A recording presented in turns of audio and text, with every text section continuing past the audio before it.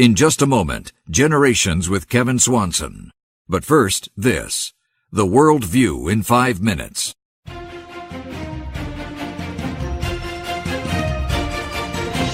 It's Monday, April 29th, AD 2019. This is The World View in 5 minutes, written by yours truly and heard at theworldview.com. I'm Adam McManus. On Sunday, April 14th, 40 Christians were violently kicked out of their homes by Hindu extremists in India's eastern state of Odisha. The Christians were accused of following a foreign religion and were to leave the village if they continued to practice their faith, reports International Christian Concern. The attack began at 9:30 p.m. when a mob stormed into the homes of 7 Christian families and beat them with bamboo sticks. To escape the violent mob, the 40 Christians, including women and infants, fled for 2 miles through a thick forest in the dark. The mob then ransacked the 7 Christian homes. Jilla Vadeka said, quote, "We traveled to the police station for help, but no help was rendered. We were just told to come back tomorrow," end quote. Whether the police in India do what is right or not, God's justice will eventually prevail. Proverbs 21:15 declares, "When justice is done, it brings joy to the righteous, but terror to evildoers." Last month, Democrats introduced the Equality Act of 2019. The House of Representatives will consider it this week. While its very name sounds good at first blush, it's a terrible idea. The central problem with the Equality Act is that it overrides the Religious Freedom Restoration Act. That statute, which protects religious liberty, could no longer be used in the civil rights context. The Equality Act would be used to compel speech. Specifically, a Virginia high school teacher named Peter Vlaming lost his job for refusing to use masculine pronouns and referring to a female student who pretends to be a boy. The school still considered this a violation of its anti-discrimination policy. Plus, the Equality Act might well force medical professionals to act against their best medical judgment. For example, under state sexual orientation and gender identity laws, individuals who identify as transgender have sued Catholic hospitals in California and New Jersey for refusing to perform hysterectomies on otherwise healthy women who wanted to pretend to be men. Call 202-224-3121 and ask your congressman to oppose it. Or click on a special link in our transcript today at theworldview.com. Enter your address under Find Politicians in the middle of the linked page and send an email to your 2 senators and your representative. The National Day of Prayer is quickly approaching this Thursday, May 2nd. Last month, the Barna Group released a report entitled, "What Makes for a Spiritually Vibrant Household?" They list 3 keys. First, spiritual practices, defined here as praying every day or 2 and reading the Bible weekly all together. Second, spiritual conversations, defined here as talking about God and faith at least weekly all together.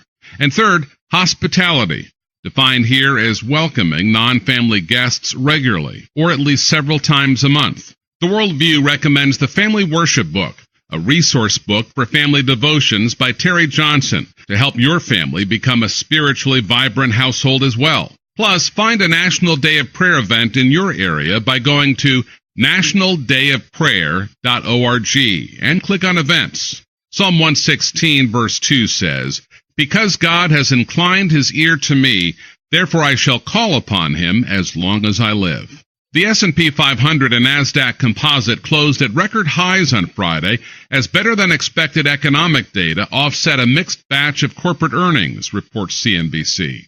District Judge Stanley Bastian in Washington State issued a preliminary nationwide injunction blocking the Trump administration's new Title X family planning policy, barring funding recipients from promoting or referring women for abortion days before it was to go into effect, reports the Christian Post. And finally, Army hero Noah Galloway's life dramatically changed in southwest Baghdad on his second tour of Iraq back in December of 2005, when an improvised explosive device, or IED, shattered his world, claiming both his left arm and left leg, reports the Christian Post. As he was driving the lead vehicle in Iraq at 2 a.m. to pick up some fellow soldiers, he didn't use headlights, but rather night vision goggles. He never saw a concealed tripwire, which set off a massive explosion that was so powerful it sent Galloway's vehicle soaring through the air. When my front tires hit it, it detonated a roadside bomb large enough that when it hit my door, it threw this 9,000-pound armored Humvee flying through the air and landed in a canal running adjacent to the road. And I don't remember any of it. I remember waking up on Christmas Day in Walter Reed when my parents were walking in. I had no idea what condition I was in. From there, Galloway learned that he was a double amputee and that he would have an extensive road to recovery. 1 minute, I was like, this is fine, I'll be okay. And the next, I was angry. And the next, I was crying like a baby. Galloway was a mess, eating poorly and self-medicating with alcohol and tobacco, leaving his wife and kids at home as he went out carousing. I was not a good person. I was not somebody that I would spend any time with right now, aside from wanting to help them, but I would not hang out with. Galloway vividly remembered the moment that rocked him to his core. I walked out in the living room, and my 3 young children were sitting on the couch watching TV. And I realized to my 2 boys, I'm showing them what a man is, and that's what they're going to grow up to be. And to my little girl, I was showing her how a man's supposed to act, and that's what she's going to look for one day. And that absolutely just scared me to death. I didn't want that for them. So I slowly started making changes. Galloway got back into eating healthy and working out, started speaking about his story, and has spent years now inspiring millions of people across the nation and the world. He's so fit now that he's made the cover of Men's Health, and he left a lasting impression in 2015 as a contestant on Dancing with the Stars. He's authored the book Living with No Excuses, The Remarkable Rebirth of an American Soldier. Join our annual Generations Father-Son Retreat in the Colorado Mountains, Thursday, August 29th through Sunday, September 1st. Fathers and sons will enjoy quality time together in the beautiful Rocky Mountains with family-style meals, encouraging messages, and activities including an alpine swing, a ropes course, a zip line, and fishing. You can register now and save $150 at coloradofatherson.com. And that's the World View in 5 minutes on this Monday, April 29th, in the year of our Lord 2019. Subscribe by iTunes or email to our unique Christian newscast at theworldview.com or get the app through Google Play or the App Store. I'm Adam McManus. Seize the day for Jesus Christ.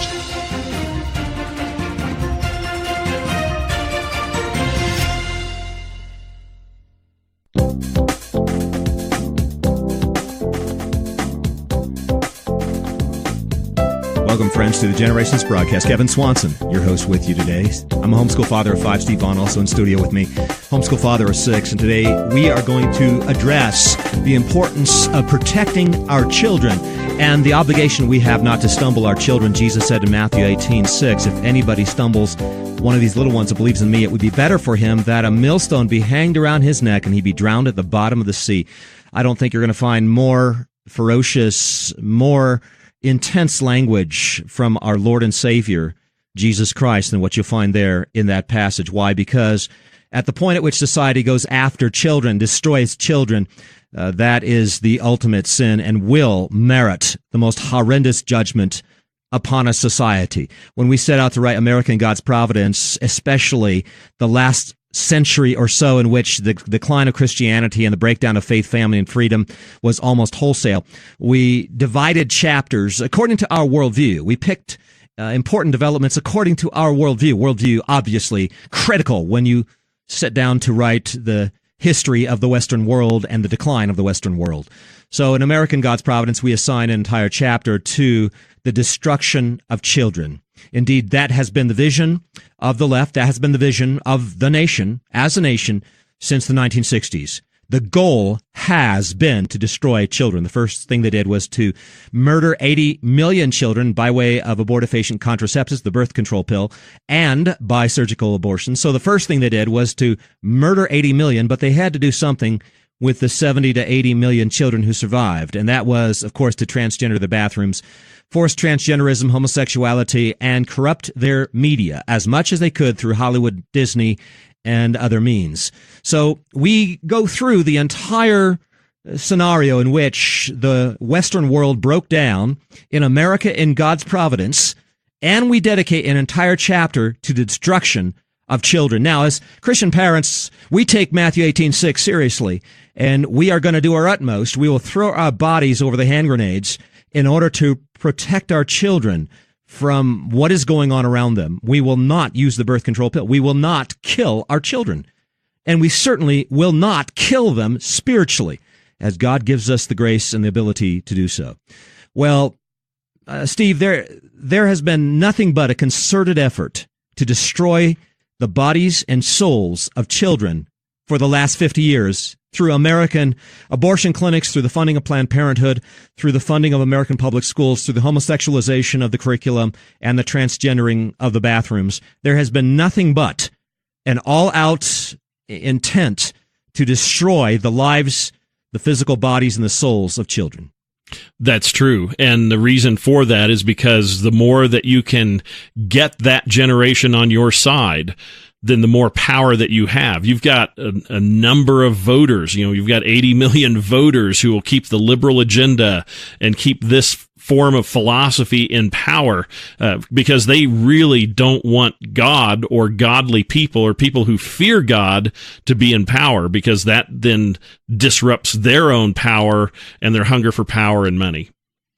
Well, and that is exactly what's going on in Canada right now. We're going to talk about China, Cuba, and the United States in this edition of the program. Horrendous things, utterly horrendous things going on in Canada right now. This kind of stuff, friends, is coming to a city or a nation near you. So be aware, this is coming to your country, to your nation, to your county, to your city. This is a horrific story from thefederalist.com. A father is gagged. He's found guilty of family violence for calling his 14-year-old trans daughter a she. Last week, Justice Francesca Marzari of the Supreme Court of British Columbia, Canada, declared a father guilty of family violence against his 14-year-old daughter on the sole basis that he had engaged in expression of rejection of her gender identity. These expressions revolved entirely around his polite refusal to refer to his daughter as a boy in private and his steady choice to affirm that she is a girl in public. Now, this girl, it appears, has been railroaded into this decision by her public schools, and this is very, very common because the school counselors are so filled up with those who have the homosexual and transgender agenda that this is going to happen all over the place. And the media also forms a very powerful influence upon the minds of our 14-year-old daughters and sons.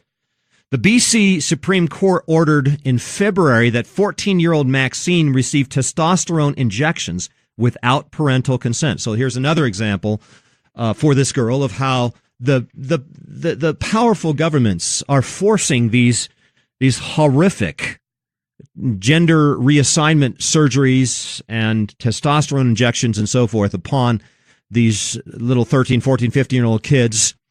Accordingly, Maxine began regular injections at British Columbia's Children's Hospital over the last 2 months. Her father has strongly objected to this treatment and immediately sought to reverse the decision at the BC Court of Appeals. But Marzari has convicted Clark of quote-unquote violence and issued a protection order preventing him from speaking to journalists or the public about the case. Marzari also ordered that Clark be enjoined from exposing Maxine to any materials that might question whether her gender identity, as assigned by the state, is real or the treatments she seeks are in her best interests. So this is where we are, Steve, with the breakdown of parental rights. That's the first problem, but more fundamentally, the utter destruction of children. This is the agenda of the public schools in Canada, as well as the government of Canada. Friends, let's make this completely clear. Our society today is insane. Our institutions are insane. The institutions that have given up on God's assignments of male and female, and our institutions, our Supreme Courts, and all the rest that have provided approval for the reversal of traditional marriage after 6,000 years of tradition and God's order prevailing, and allowing for homosexual marriage is an indication that our societies are entirely insane. The Canadian government is insane, utterly insane, irreparably insane. And what we're dealing with here, Steve, is suicide. It's institutionalized suicide. It's a sexual nihilism and an institutionalized suicide. I think that's where we are today. Now, I don't know how a society could ever recover from this. I don't know how they break out of this. You think of the Roman Empire, and it broke down. It was destroyed by the hordes. It was destroyed by war and by the reduction of the population by, 50, 60, 80%. Well, that's the way it's happened before. The only way to restart a society that is in a suicidal bent is usually through some massive judgments that come by the ordination of Almighty God, and it may be something like nuclear world war in which half of the world's population is wiped out. So I don't know how a reset button could ever be set, except according to some horrible judgment that God brings upon the world, especially the Western world. Society just can't go on like this much anymore. No, and this whole intellectual suicide and all of that is actually leading to actual suicide among our teens. Suicide rates, yeah, in Colorado, number one cause of death in Colorado between children ages 10 to 18 is suicide. Yeah, the epistemological suicide, the sexual suicide, the gender suicide is leading to actual suicide. Yeah, suicide rates have doubled for teens in the last 10 years. Yeah, I mean, this is the trajectory, my friends, expected to triple and quadruple as the years go by. The worldview is self-defeating. The worldview is epistemological suicide today, and this is being worked out in the lives of our young people, and this is what is being promoted by our schools and the Supreme Courts, the highest courts of our provinces, our states, and our nation. We'll be back with more in just a moment on the Generations broadcast.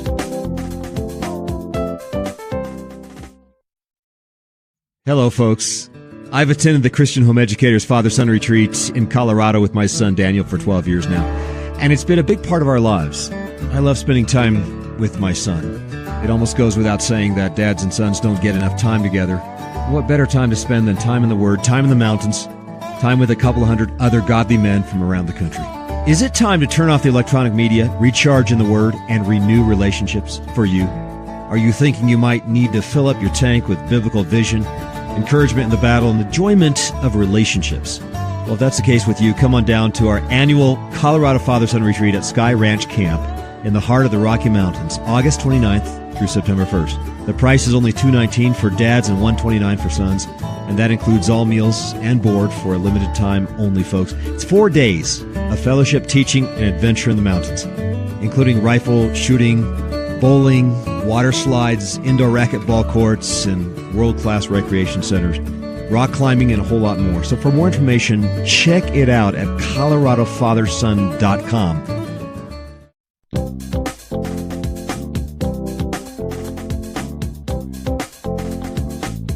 And we are back on the Generations broadcast. Kevin Swanson with you today as we address the issue of parental rights. Canada being a prime example of the obliteration of parental rights for fathers who would rather their daughters not be gender reassigned. And this is where the parental rights thing is going. And we haven't quite reached the total obliteration of parental rights. I suppose it'll be another 3 to 4 years, Steve, before the 2 and 3-year-olds will be properly gender assigned by state officials. Yeah, probably, but that's something that's coming. Unless something changes, then the parents will not be given that opportunity to assign, which just even saying gender assignment just blows my mind. I have no category to put that in. You're born either male or female. That's what God made you, male or female. You don't assign gender.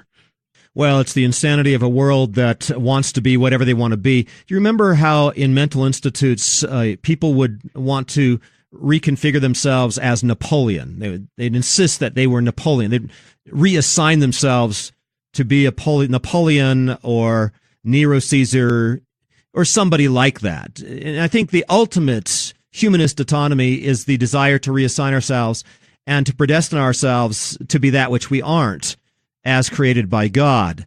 So it's the ultimate assault upon the godness of God in replacing God in our own minds to become the God who chooses our own identity, our own reality, and of course, our own truth and ethics. So this is the direction of modern humanism. It is an absolute humanist autonomy, and in the end is so foolish, it's self-destructive and leads a person into full-blown insanity. But now these people are not merely walking around in mental institutes. The world itself has become a mental institute. Yeah. I like, there's something Rushdoony wrote quite a while back, but he said that God is life himself. God is life, and to reject God is to reject life, and we call that death. And that's exactly what they're doing. That's what these governments and these psychologists and psychiatrists are doing. They're rejecting life himself, and the only option that they have on everything else that they do will only lead to death because they've already rejected life. Socialist tyrannical governments are obliterating parental rights, as in the case of the Canadian Supreme Court, or at least the provincial Supreme Court, and the same thing is happening in Cuba as well. Pastor Ramon and Adya Regal were Cuban parents who were homeschooling their kids. They desired to teach their children the fear of the Lord as the beginning of wisdom and knowledge. They wanted to give their kids a distinctively Christian education against the socialist, humanist, atheist form of education they would receive in the Cuban public schools. And for their pains, this pastor and his wife have now been sentenced to 2.5 years in prison, Steve. Wow. That's insane. It's hard to actually put your brain into that category that they're stealing our parental rights, or they're trying to anyway.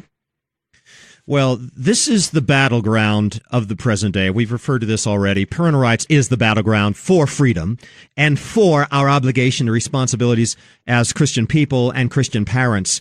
And this happens to be the touchstone for the battle that we wage right now for the faith. At the time of the early church persecution, it was whether or not Christians would bow to Caesar, would worship Caesar, or would throw a little incense in a fire as a sacrifice to Caesar. That was the question that ultimately ended with the slaughter and the massacre, the martyrdoms of hundreds of thousands of Christians during the first several centuries of the church. Well, that's not the issue today. The issue today is whether we'll worship the state in the area of education and handing our children over to the state for their education in the state ideology. And of course, this applies to just about every communist country in the world, including the United States and Canada. China Aid has reported that the Chinese government's hiring citizens to monitor churches using spies. And they're actually giving something like $45 a person a month to spy on Christian churches. But what are they spying out the churches for? They're spying out the churches to determine whether the children are receiving any kind of a Christian education. Whether the parents are homeschooling, whether the children are participating in a Sunday school, the concern for the state in the present day, the concern of the communists in Eastern Europe in the 1950s, the concern of the communists in China today, the concern of the communists in Cuba today, the concern of the communists have always been whether or not their public schools have access to the kids. And this is the same issue that affects Christians in Europe and America as well. Will we hand our children over to Caesar for their education in an atheistic, anti-God, naturalistic, materialistic worldview in the area of science, literature, and history? Or will we pull them out and give them a distinctively Christian view of literature, history, and science? That's the question right now as to whether there will be Christians standing still in Cuba, China, and America in the present day. So this is the question. Chinese parents will not turn their children over to Caesar for indoctrination. Cuban parents will not turn their children over to Caesar for indoctrination, and they will pay the cost for it. Yeah, there's really no choice, actually, when you ask that question. For Christian parents, there is no choice. You don't send your kids to Babylon. You don't send your kids into the pit because they might be able to witness. God may take them there for some reason, but you are responsible to train your children up in the way they should go. You are to teach them how to love God with all your heart, soul, mind, and strength, and teach them all of the time. Teach them diligently as you rise up, as you sit down, as you go along the way, as you come in. That's all the time. Giving your kids 24,000 hours to the state is not training your children.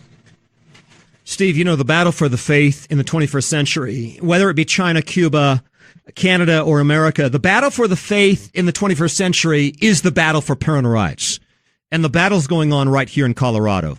In fact, we've had it's raging. So many of the education committee meetings and the other state committee meetings packed out by parents concerned about their parental rights in the area of sex education, the parental rights in the area of immunizations. And it appeared, you get 500 or 600 parents testifying until 3 to 4 in the morning on these bills. And the difference between Colorado and China is we get to testify. We get to go down in the committee meetings and testify on these things.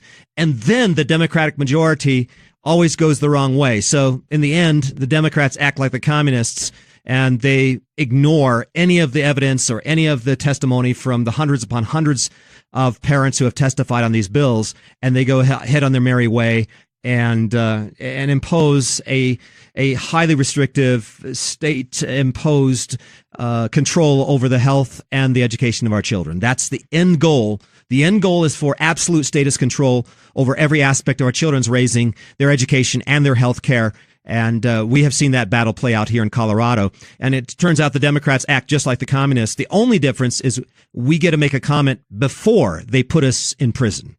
Yeah. And I mean, these bills are just awful. Our family has been praying against these for weeks and weeks now. The sex ed bill, where your children in the public school or in charter schools out here it's required that they teach them the different methods used in the different variant horrific sex lifestyles. They say, oh no, you can opt out, but there's so many little hoops that you have to jump through to opt out. And one of them is that if they're teaching only one thing at a time, not in a sex ed class, they don't have to tell the parents even anything anyway. It's just crazy. The way that these bills are written is that there is no opt out. That's right. And the sex ed bill requires indoctrination into homosexuality, transgenderism, abortion, and all the rest for Colorado schools. Colorado's charter schools and the homeschool charter schools are not exempted. So something like a third to a half of Colorado homeschool students will be forced into sex education relating to some of these more progressive ideas. So, the attacks are going on here in Colorado. Now, thankfully, we've seen Islands of Freedom form in Colorado and other places. While I was executive director of Christian Home Educators of Colorado, we were down at the Capitol a number of times on the compulsory attendance law, and we were able to carve out an exemption for homeschoolers again and again and again. Same thing happened with immunizations, I think a year or two ago. And so, homeschoolers have been down there fighting tooth and nail for parental rights for the last 20 or 30 years. I remember the last time we were down there, we were able to secure an exemption for homeschoolers on these restrictive parental rights issues. And I stepped up to testify anyway in the bill. The chairwoman looked at me and said, "You're a homeschooler, aren't you?" I said, "Yes." She said, "You need to sit down because we have already made an exemption for you." I said, "Well, I'm here for the other parents around the state." She said, "Well, they're not here. The others apparently didn't care to come to testify, so sit down." And so, I did the best I could to retain some parental rights for others, but not many American parents, not many Christian school parents, not many, if any, public school parents will stand up to these issues. It was the homeschoolers that inevitably would fight tooth and nail against these attempts to further restrict parental rights and to gain more status control over the lives, over the education, over the health of our children. But I don't care if it's a minority. It was the Pilgrims who fought against the control of the church on the part of the state in the 1600s. And of course, that's the reason why the Pilgrims came to America in 1620, because they wanted to choose their own pastors. They wanted control. They wanted church to control the church matters instead of handing it over to the state control. And they understood something very simple, and that was that the control of the church meant the destruction of the church. And that's precisely what's happening with the family. The more welfare programs, the more Social Security programs, other things, control the sphere of the family, the more they destroy the family. And of course, there were some in the 1600s who mocked the Pilgrims and said, they're going to the fire. They're willing to go to be hanged over issues like whether the state would support this form of worship or that form of worship, whether the state would endorse this pastor or that pastor. They're going to the stake over this principle. And so they would mock at these poor pilgrims that fought over the principle of the issue. But in the end, I think it was the Pilgrims that won out. And in the end, there was a fair amount of liberty given to the church apart from state control in the 1600s and 1700s that yielded some benefit for the church. And so that's where we are right now, is I think even though we're a small minority, even though we are the ones fighting tooth and nail for the faith, because the battle for the faith is the battle for parental rights. And we're the ones fighting for our children. We're the ones fighting for the rights to give our children a Christian education and to allow parents to make parental choices according to the jurisdictional boundaries laid out by the laws of God. We're the ones that are taking this one to the mat. And again, this is the battle for faith. If you are a Christian, you will stand up for parental rights. You will not hand your children over to Caesar for an indoctrination in a distinctively anti-Christian worldview. And we've got a great organization here in Colorado, and other states have them too, but we have Christian Home Educators of Colorado, got a conference that's coming up. We've got online summits. We've got, all kinds of help here that if you choose to pull your children out, which I don't think that's even a choice to not as a Christian. If you choose to pull your kids out, there is tons of help here that can help you with curriculum, help you with how to teach, all of those types of things. And the conference is coming up here fairly soon, so sign up for that. I think the registration is open, so I would sign up for the conference. Get ready to homeschool your kids. Thankfully, Steve, we have islands of freedoms we have fought for over the years. Homeschooling is legal in all 50 states, and here in Colorado, we have a satellite school law in which we can protect our families from state imposition upon them. We're not bound to the same compulsory attendance laws as those in the public and private schools here in Colorado, because we have fought tooth and nail for islands of freedom, and we need to continue to do that, especially as medical freedoms disappear for parents and children are increasingly confiscated by the state over medical decisions made by parents. And that includes the area of immunizations. And so parents need to seek out these islands of freedom. I think midwifery will be an increasingly important island of freedom in the years to come, especially as medical freedoms disappear here in the United States. So that's why we started our Christian midwifery training program about 5 or 6 years ago, and that program is busting out this year.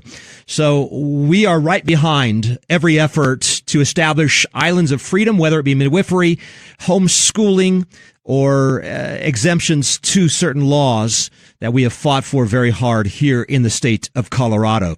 So continue to fight wherever you are for these islands of freedom and take full advantage of them, my friends, because this is the touchstone for the application of faith in our present day. That is to raise our children in the nurture and the admonition of the Lord in an era in which the state is doing everything it can to destroy freedom, to destroy the family, and to destroy the faith.